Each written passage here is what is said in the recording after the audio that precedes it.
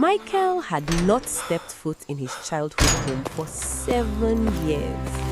Not since his father's funeral. He told himself it was because of work. The oil fields did not wait for nostalgia. He told his colleagues it was because there was nothing left for him in Owerri. Hey, Michael. His mother You had coming with passed us? years before his father. Nnenna had her own life. The old house was just a building. But the truth was simpler and uglier.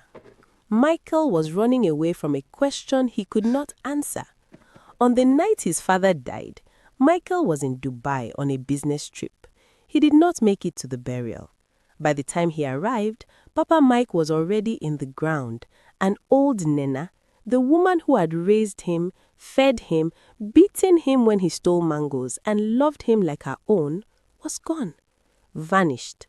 No forwarding address, no phone number, no goodbye.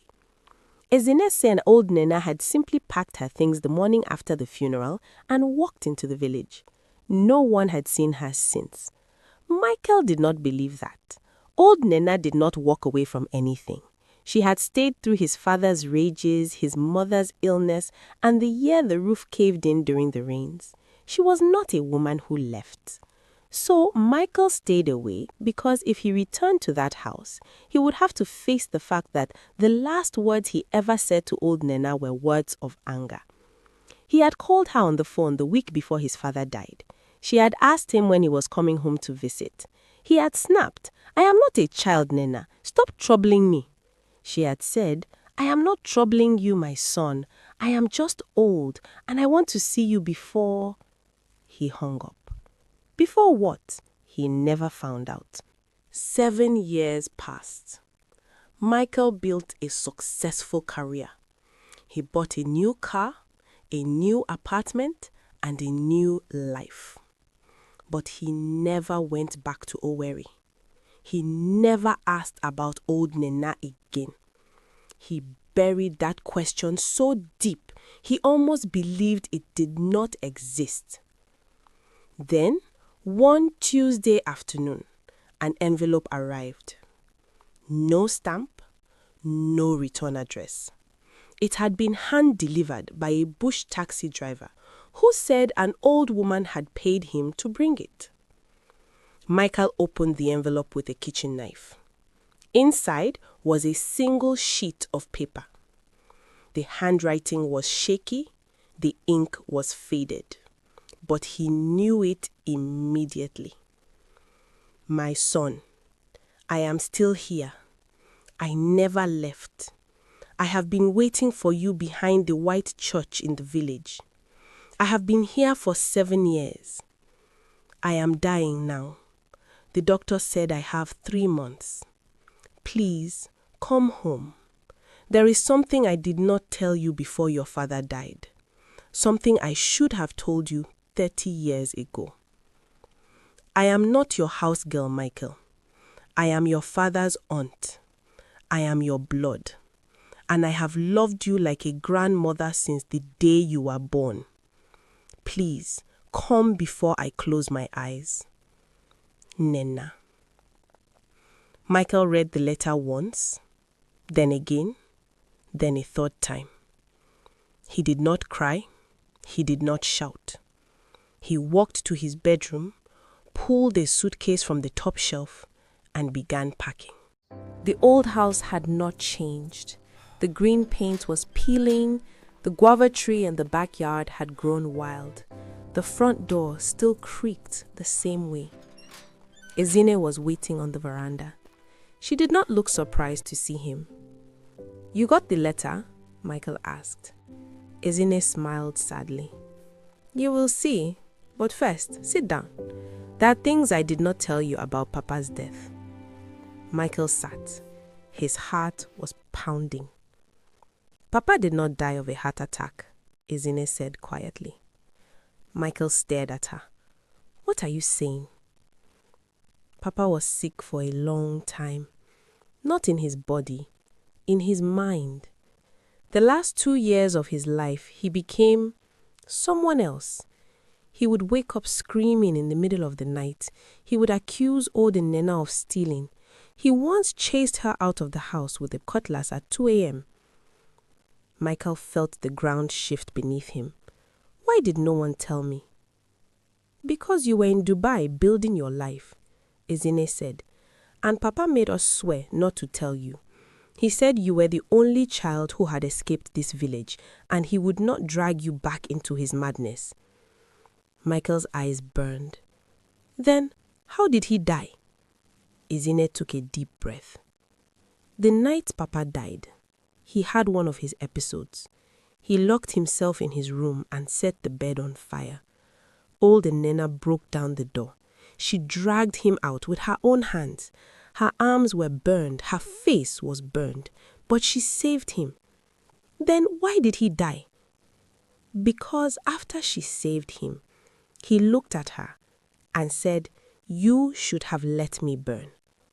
And then he walked into the backyard and drank a bottle of pesticide. Michael stood up. Then he sat down.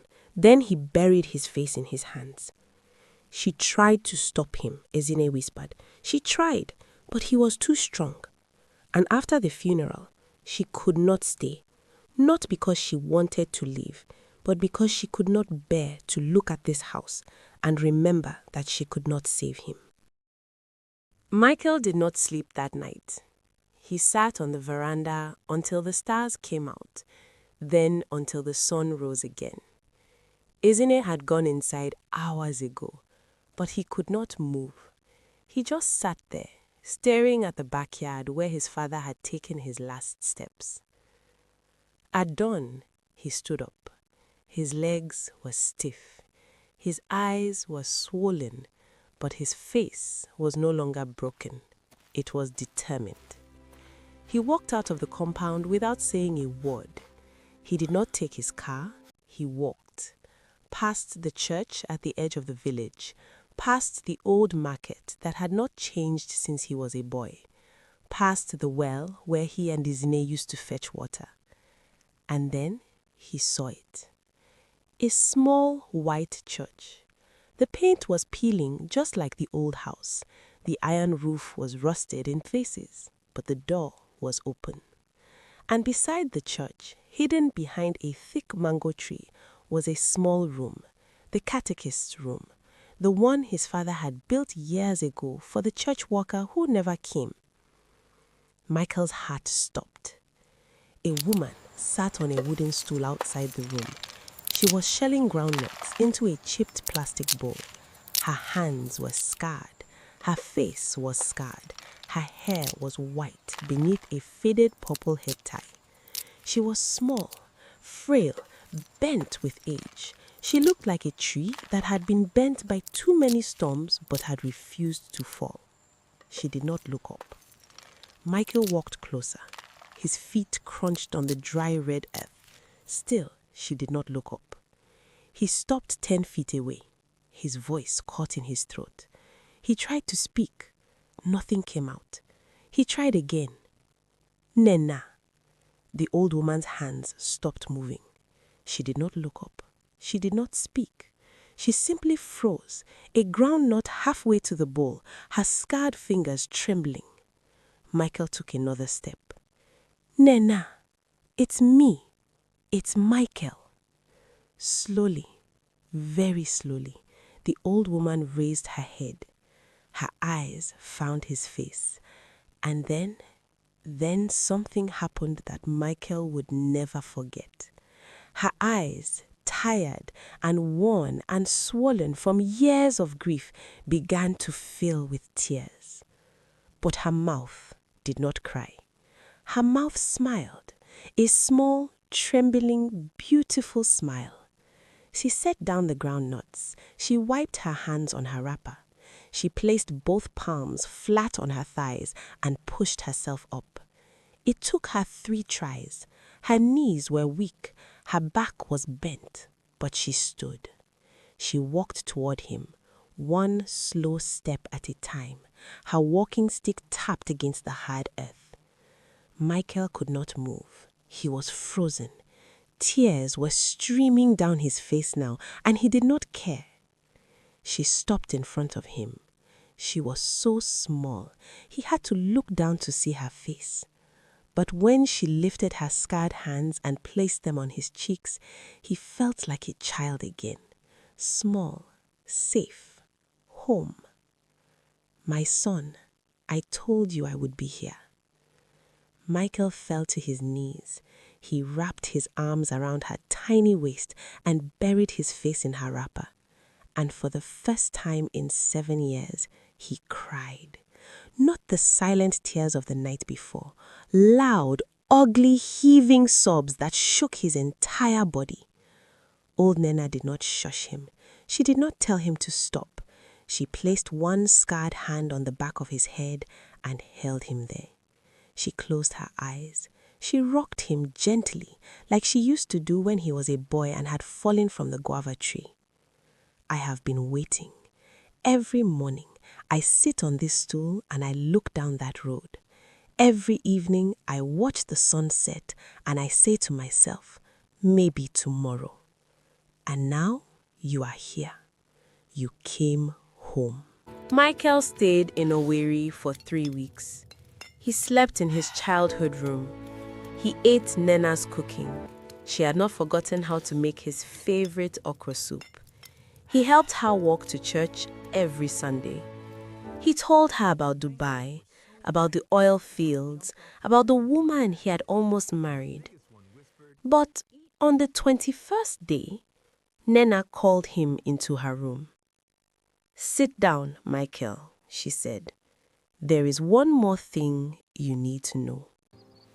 "What is it?" There is Old something Nnenna reached I must under her tell mattress you and before pulled we out a begin. small, faded photograph. It was a picture of a young woman holding a baby. The woman looked like Nnenna. The baby looked like Michael's father. Michael's world tilted. "Your grandmother was my sister," Nnenna continued. "When she died, I came to this house to take care of her child. Your father was 3 years old. I raised him. I loved him. And when he grew up and had you, I raised you too." "So you are—" Michael could not finish the sentence. "I am your great aunt," Nnenna said. "Your father knew. He found out when he was 20. And he could not forgive himself for treating me like a servant all those years. That is why he broke. That is why he burnt the bed. That is why he drank the poison. He was not running from madness. He was running from shame." Michael stared at the photograph, then at the old woman who had waited 7 years, then back at the photograph. "Why are you telling me this now?" he whispered. Nnenna smiled. It was the saddest smile he had ever seen. "Because I am dying, Michael. The doctor in the village said I have 3 months, and I did not want to leave this earth with you thinking I was just a house girl who loved you. I wanted you to know that I am family. Real family. And family waits." Michael did not return to Port Harcourt. He called his office and resigned. His colleagues thought he was mad. He did not care. He spent the next 3 months sitting with old Nnenna. He fed her when her hands became too weak. He carried her to the church on his back when she could no longer walk. He sang the old village songs she taught him as a boy. On her last night, she held his hand and said, "You came home." "I came home," he said. "You waited," she said. "You waited," he repeated. She closed her eyes, and then she was gone. Michael still lives in that old house today. He painted it blue. He planted a garden where the guava tree used to be. He turned old Nnenna's room into a small library filled with photographs and letters. Ezinne visits every weekend. They sit on the veranda and shell groundnuts, just like Nnenna used to do. And every morning, Michael walks to the small white church and sits on the wooden stool outside the catechist's room. He does not pray. He simply waits. Because he finally understands. Some people do not leave you. They simply move to a place where waiting takes a different form. And love, real love, is just the decision to keep showing up. And if you enjoyed Michael's story, don't forget to like and follow for more interesting stories.